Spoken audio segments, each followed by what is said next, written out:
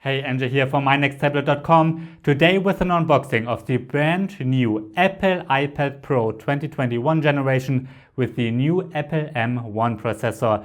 Let's get started. Okay, let's start the unboxing of the Apple iPad Pro 2021, the Apple M1 generation. I've got the 11-inch iPad Pro here that starts at $799. You can also get a 12.9-inch iPad Pro starting at $1,099.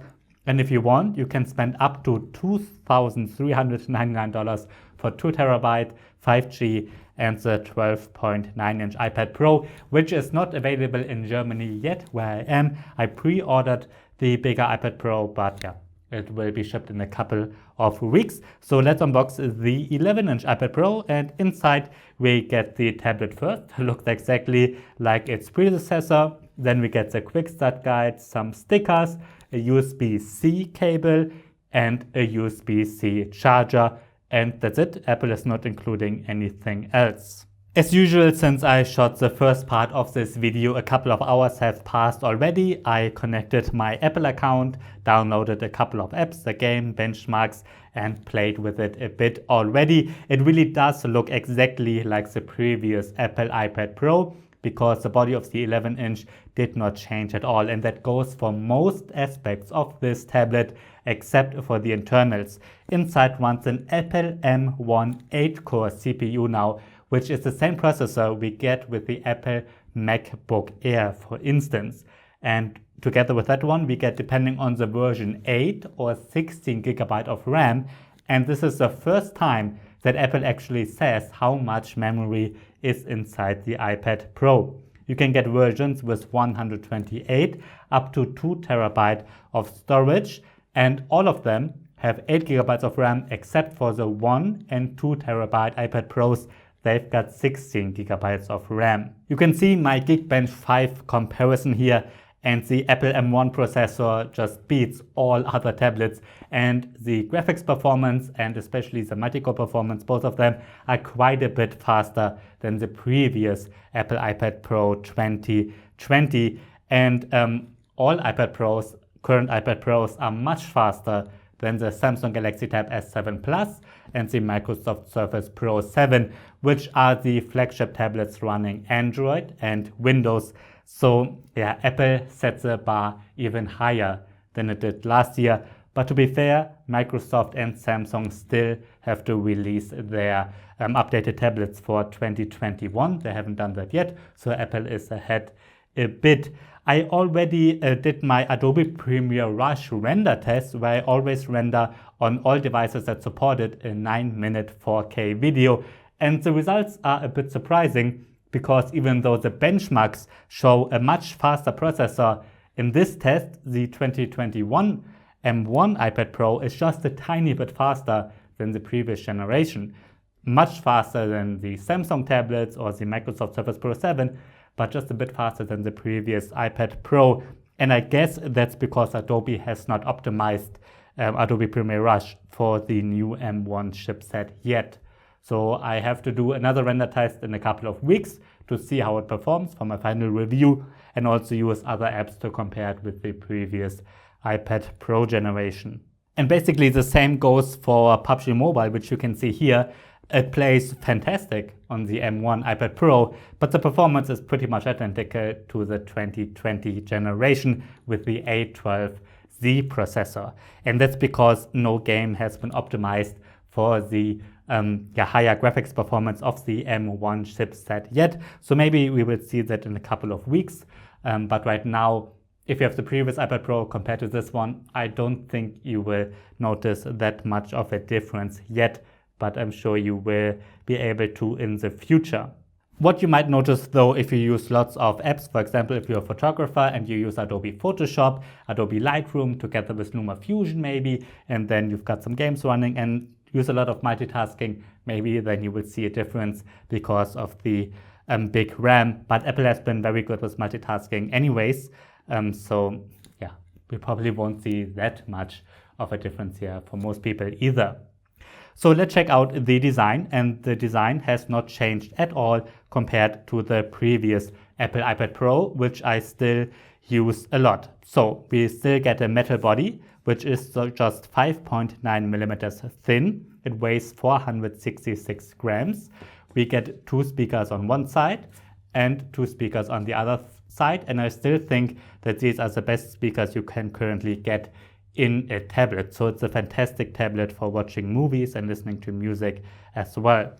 We've got a back camera here. There's an LED flash, the LiDAR sensor, which still is not that useful, I think. At least for me, I haven't found a use for it. Then we get a 10 megapixel wide angle camera. Apple calls it ultra wide angle, and the standard 12 megapixel camera.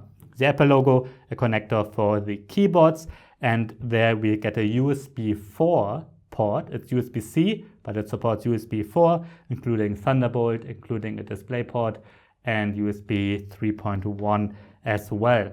Then we've got the connector here for the Apple Pencil, volume rockers, a power button.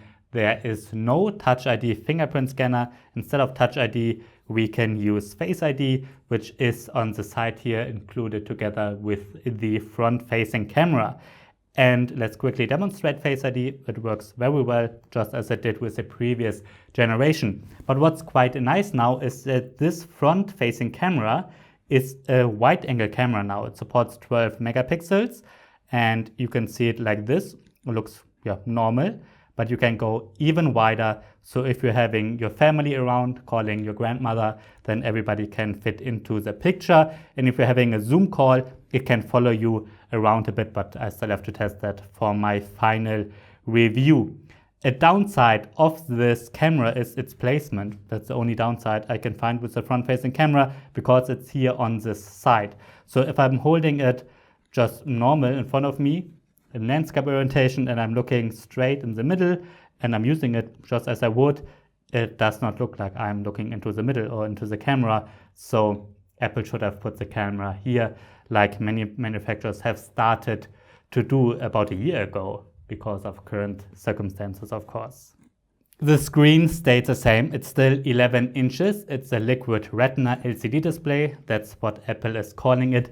It is 600 nits bright, and it's one of the best screens to work with outside in the sun. It has a resolution of 2388 by 1668 pixels, so quite a high pixel density, and it's a fantastic laminated screen. It supports the 120 Hz Pro Motion and the Apple True Tone technology as well, but it's just the same as with the previous generation. If you want a better screen, you can get the 12.9-inch iPad Pro, which in addition to the Apple M1 chipset also has an XDR display. So there you get 2 big new features, while the 11-inch has only 1 big new feature.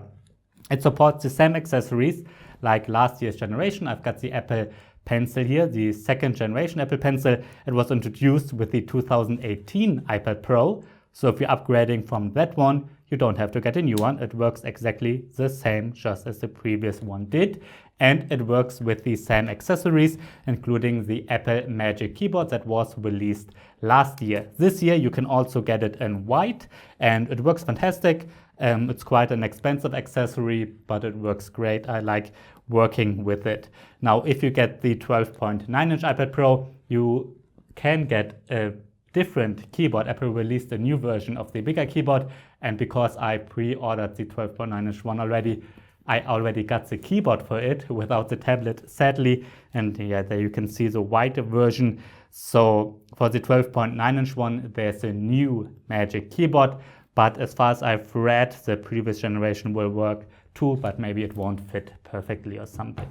Yeah, so my first impression of the Apple iPad Pro 2021, the 11-inch Apple M1 generation, is pretty good.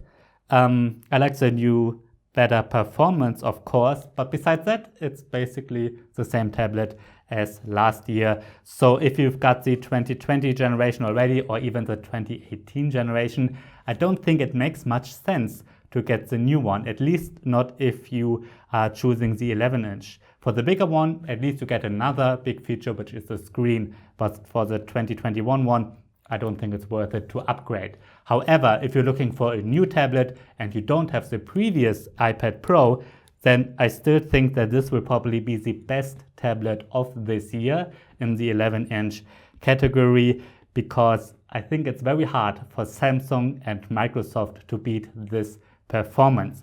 But of course, check out my final review of this tablet, because I will use it as my daily tablet now, and I will have a final review in a couple of weeks. And of course, subscribe to the channel, because I will be reviewing the new tablets from Samsung and Microsoft this year as well, and including pretty much every other tablet that will be released. Alright, that's been my unboxing of the new Apple iPad Pro. If you have any questions, feel free to write them in the comments. I'm Andrzej from mynexttablet.com. Thanks for watching and see you next time.